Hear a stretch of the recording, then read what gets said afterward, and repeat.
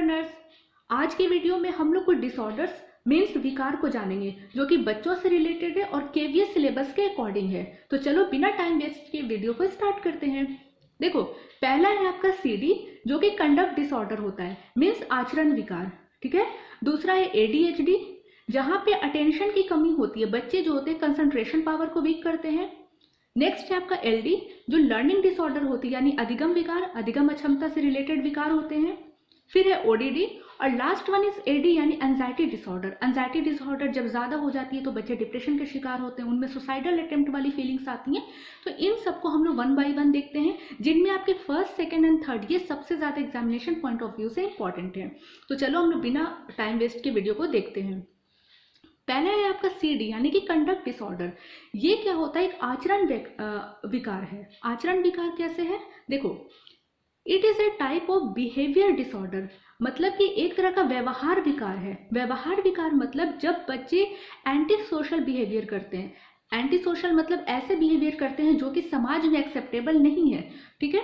असामाजिक व्यवहार करते हैं मतलब सामाजिक नियमों को अवहेलना करते हैं, मतलब सामाजिक नियमों का उल्लंघन करते हैं, उसको तोड़ते हैं। तो इस तरह का जब विकार बच्चों में आता है, इस तरह के डिसऑर्डर्स आते हैं, तो उनको हम लोग कंडक्ट डिसऑर्डर कहते हैं, ठीक है।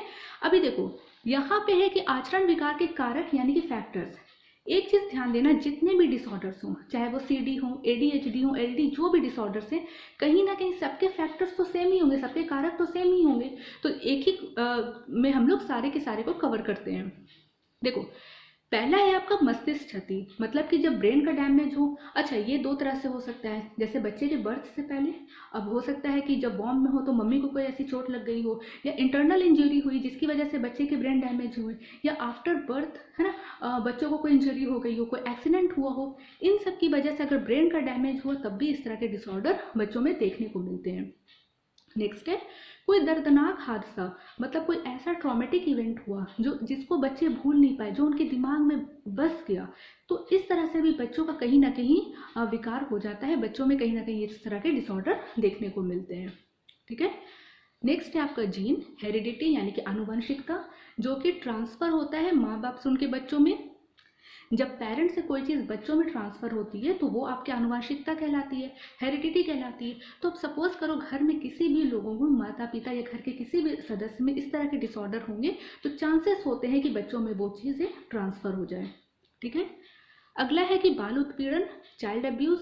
देखो, सपोज करो कोई बच्चे चाइल्ड अब्यूज से पीड़ित हैं, या फिर चाइल्ड असॉल्ट हो गया, उनके साथ हरासमेंट हुआ, पोर्नोग्राफी, ऐसी चीज़ें जिसके लिए पॉक्सो एक्ट बनी है। बट सपोज करो किसी बच्चे के साथ ऐसी कुछ घटनाएं हुई हैं तो कहीं ना कहीं उनको ये डिसऑर्डर होने का एक फैक्टर बन जाता है। या फिर उनको नेग्लेक्ट किया जाए, सोशली नेग्लेक्ट किया जाए, या कभी कभी ऐसा होता है ना, पेरेंट्स भी बच्चों को नेग्लेक्ट करते हैं, उन्हें कोई भी चीज़ होती है तो बहुत ज़्यादा उन पर प्रेशराइज करते हैं, उनको डांटते हैं, पीटते हैं। तो इस तरह से भी बच्चों में कहीं ना कहीं डिसऑर्डर हो जाते हैं, उनका जो दिमाग होता है वो उस तरह से इफेक्टेड होता है। फिर है आपका सामाजिक समस्याएं, कुछ सोशल प्रॉब्लम्स होते हैं, बहुत सारी ऐसी ऐसी चीज़ें समाज में, कुछ ऐसी चीज़ें होती हैं जिसको देखकर बच्चे मतलब अंदर से झिझक जाते हैं, जैसे कुछ राइट हो गया, कोई ऐसे दंगे हो जाते हैं, या और भी बहुत सारी चीज़ें होती हैं जो बच्चों के हेल्थ पे इफेक्ट करता है, इफेक्टिव होता है, तो जिस वजह से कहीं ना कहीं विकार देखने को मिलते हैं। फिर है, देखो, ये तो बहुत इंपॉर्टेंट हो जाता है कि परिवार में लड़ाई झगड़ा, मतलब फैमिली इश्यूज, मम्मी पापा में लड़ाई हो रही है, कंटिन्यू लड़ाई हो रही है छोटी छोटी बातों पे। तो इस तरह से क्या होता है, धीरे धीरे धीरे धीरे बच्चों के दिमाग में कहीं ना कहीं वो एक विकार यानी कि एक डिसऑर्डर का रूप ले सकता है। फिर ऑब्वियस ही बात है, आसपास का माहौल, इन्वायरमेंट, बच्चे किस परिवेश में, किस माहौल में पल रहे हैं, बड़े हो रहे हैं, ये भी कहीं ना कहीं इफेक्ट करता है, एक फैक्टर बन जाता है। देखो, ज़्यादातर जो बच्चे गरीब एरिया में रहते हैं या फिर जिनको खाने पीने की कमी होती है, ऐसे पेरेंट्स के बच्चों में ये डिसऑर्डर देखने को ज़्यादा मिलते हैं, क्योंकि उन्हें सही से न्यूट्रिशन फूड नहीं मिलता, बैलेंस डाइट नहीं मिलती है, और साथ ही साथ उनके इन्वायरमेंट कहीं ना कहीं शैबी होते हैं। इस तरह से चीज़ों में डिपेंड करता है कि बच्चे कहाँ पल रहे हैं। तो इस तरह से हम बोल सकते हैं कि इन्वायरमेंट भी एक मेजर रोल प्ले करता है। तो आप कोई भी डिसऑर्डर की बात करो तो ये कुछ फैक्टर्स हैं जो कि कॉमन है। अभी इनसे हम लोग कंडक्ट डिसऑर्डर से रिलेटेड कुछ और चीज़ों को जानते हैं। देखो, ये क्वेश्चन पूछ सकता है कि लड़कियों की तुलना में लड़कों में आचरण विकार अधिक होता है। समझ में आया? मतलब बच्चों में, लड़कों में लड़कियों की तुलना में ये आचरण विकार जो होता है वो ज़्यादा पाया जाता है। साथ ही ऐसे बच्चे जो किस किस चीज़ से अफेक्टेड है उनको भी ये डिसऑर्डर देखने को मिलता है। जैसे कोई मनोदिशा या चिंता विकार से ग्रसित हो, मतलब एंजाइटी डिसऑर्डर से पीड़ित हो, जैसे बच्चों में डिप्रेशन हो गया। अच्छा, कोई कोई चीज़ों में होता है ना ओसीडी, कंपल्सिव डिसऑर्डर होते हैं, जैसे बहुत सारे हम में से ऐसे होते हैं ना जो चीज़ों को एक जगह पे एकदम सही जगह पे रखना, या ज़रा सा भी गंदगी देखना तो उसको सफाई करना लग जाना, सबको एक सीरीज में सरियाना, ये कुछ ऐसी चीज़ें होती। देखो, कोई भी चीज़ कुछ हद तक सही है, मतलब एक हद तक अगर की जाए तो बस सही है, लेकिन जो ही वो एक्सेस हो जाता है, बोलते भी हम excess of everything is bad, कोई भी चीज़ की जब अति हो जाती है, ज़्यादा हो जाती है, तो वो कहीं ना कहीं डिसऑर्डर बन सकता है। तो ये सारी चीज़ें होती हैं। फिर आपका लर्निंग डिसऑर्डर है ना, अधिगम विकार, इनकी वजह से भी एक डिफेक्ट हो सकता है। एडीएचडी, अटेंशन की, ध्यान की, एकाग्रता की कमी की वजह से, इन सब की वजह से कहीं ना कहीं आचरण विकार देखने को मिलता है। अब हम कैसे पहचानेंगे कि बच्चे को आचरण विकार हुआ? तो देखो, कुछ हम लोग सिम्टम्स को जानते हैं, यानी कि लक्षण को जानते हैं। देखो, सब कुछ आपके पॉइंट वाइज और वन लाइनर है, तो इसकी टेंशन नहीं लो कि टाइम वेस्ट होगा। आराम से आपके नोट्स और सब कुछ आपके टेलीग्राम पे प्रोवाइड कर दूंगी। पहला है कि आक्रामक आचरण, मतलब बच्चे बहुत ज़्यादा आक्रामक हो जाते हैं, हिंसक हो जाते हैं। उसमें क्या है? धमकाने वाला व्यवहार। अगर बच्चे थ्रेटनिंग बिहेवियर है उनका, ठीक है, तब हम कह सकते हैं इन बच्चों में शायद डिसऑर्डर है। देखो, छोटी मोटी शरारतें तो बच्चे करते ही करते, ये तो उनका मतलब एक स्वाभाविक एक नेचर है, लेकिन अगर चीज़ें टाइम से ज़्यादा हो जाए और बहुत ज़्यादा क्वांटिटी में हो जाए, तब हम कहेंगे कि नहीं, यहाँ पे कुछ और प्रॉब्लम्स क्रिएट हो सकती है। तो ये सब चीज़ें, जैसे बच्चे बदमाशी करते हैं, वही बात है, बदमाशी कुछ लेवल तक ठीक है, लेकिन अगर कुछ अलग अलग खुराफाती टाइप की बदमाशी हो रही है जिसका कोई लेवल नहीं है, तो वो सारी बातें हैं। शारीरिक लड़ाई, बच्चों बच्चों में लड़ाई हो रही है, लेकिन वो एक्सट्रीम लेवल पर जाकर हो रही है। अच्छा, कुछ कुछ बच्चे क्या होते हैं, जानवरों के साथ क्रूरता, मतलब क्रुएलिटी करते हैं एनिमल्स से या दूसरे लोगों के साथ। छोटे छोटे जानवर के साथ थोड़ी बहुत हंसी मजाक या मस्ती मजाक बहुत लोग कर लेते हैं ना, लेकिन एक होता क्रुएलिटी की लेवल, क्रूरता पे। जैसे बहुत सारे क्या करते हैं, पटाखा छोड़ देते हैं, है ना, उनके पूंछ पे बांध के, और भी बहुत तरह तरह के। तो मजाक अपनी जगह पे, लेकिन अगर वो अलग लेवल पे दिख रही है तो कहीं ना कहीं वो डिसऑर्डर से पीड़ित हो सकते हैं। अच्छा, छोटे बच्चे अगर सेक्स या रेप के लिए मजबूर कर रहे हैं, माइनर्स होकर भी वो माइनर के साथ ऐसी हरकतें करना चाह रहे हैं, तो कहीं ना कहीं एक सिम्टम है कि वो आचरण विकार से ग्रसित है। नेक्स्ट है विनाशकारी आचरण, मतलब किसी संपत्ति को नष्ट करना, जानबूझकर किसी को नुकसान पहुंचाना या किसी चीज़ को जला देना, ये बातें आती हैं। नेक्स्ट है छल। छल में क्या होता है, जैसे बच्चे झूठ बोलते हैं, चोरी करते हैं ना, स्कूल जाने के नए नए बहाने बनाते हैं, तो ये सारी चीज़ें आती हैं। नियमों को तोड़ना, जो रूल्स एंड रेगुलेशंस बनाए गए हैं, चाहे फैमिलीज में, सोसाइटी में, स्कूल्स में, उन सबको तोड़ देना।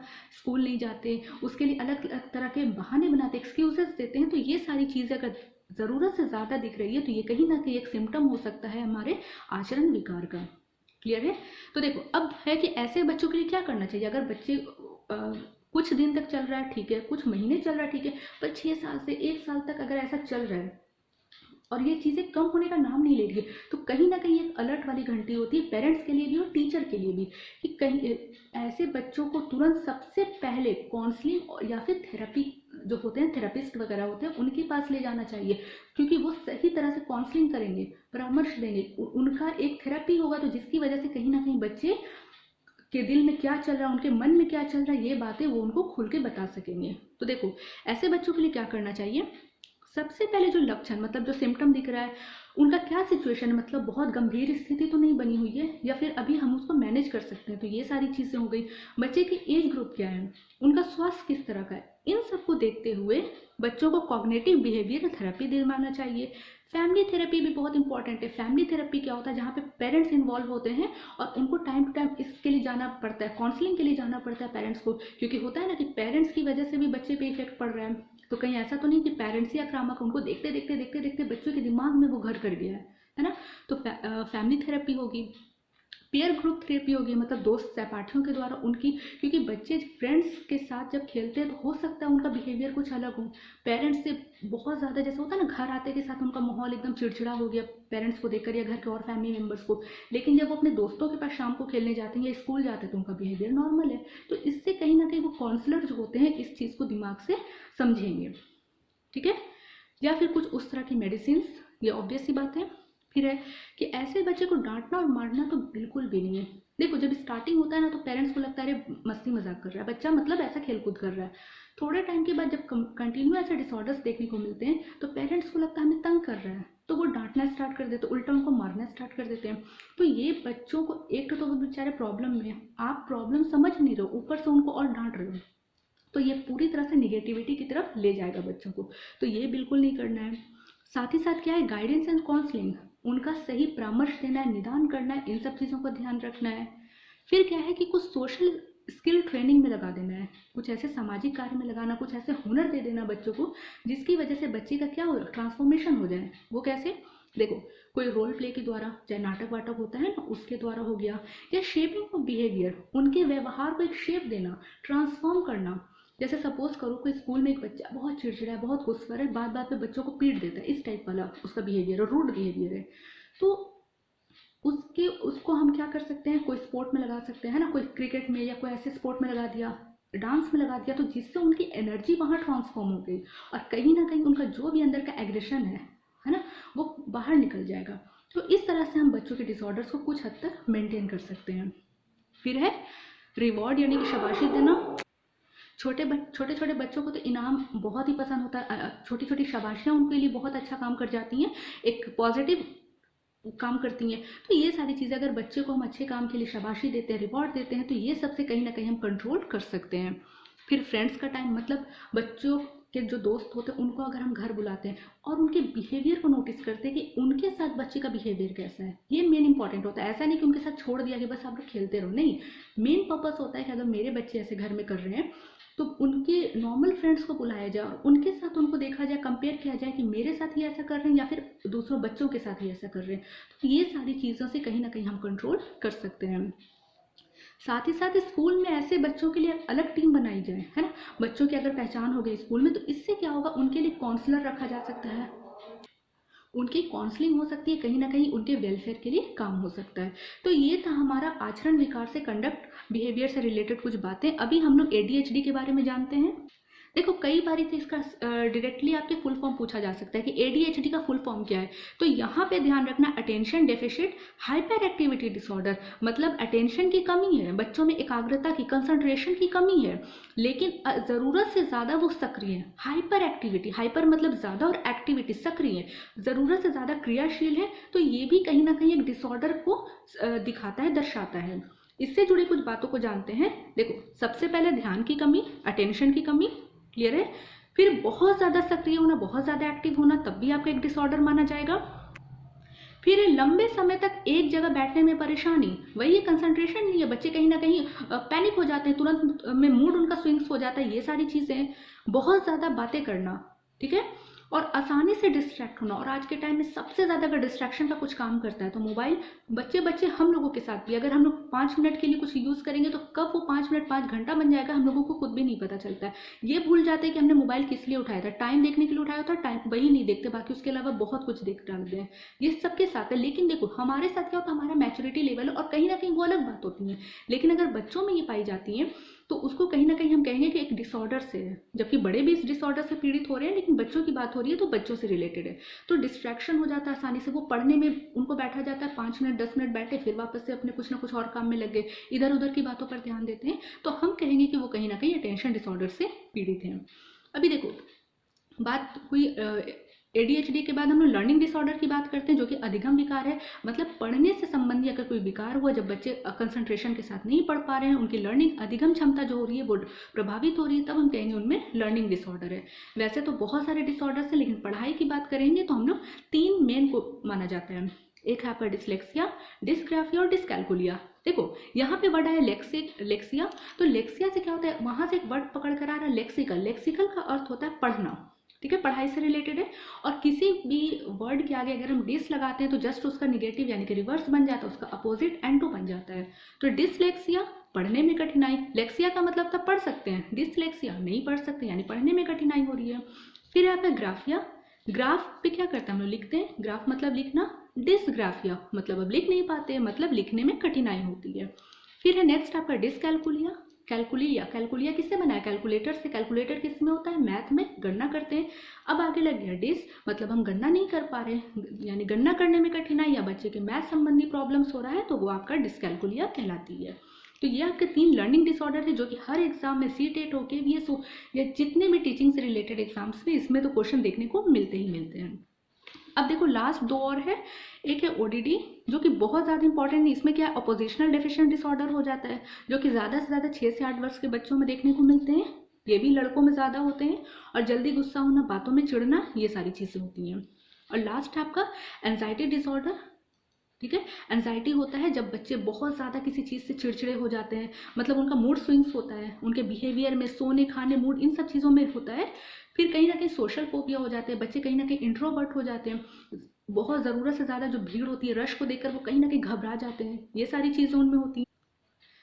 कहने का मतलब है वो कहीं ना कहीं समाज में अपना समायोजन अच्छे से तालमेल नहीं बैठा पाते हैं। तो ये सारे बहुत लोगों को देखकर घबराहट हो जाना, ये सब एंजाइटी डिसऑर्डर से होती है। अच्छा, ज़रूरत से ज़्यादा उन पर प्रेशर पड़ता है तो वो डिप्रेशन के शिकार हो जाते हैं। डिप्रेशन की वजह से वो ड्रग का इस्तेमाल करना या सुसाइड सोचना, ये सारी चीज़ें उनको देखने में मिलती है। तो ये कहीं ना कहीं एंजाइटी डिसऑर्डर से बच्चे पीड़ित हो सकते हैं।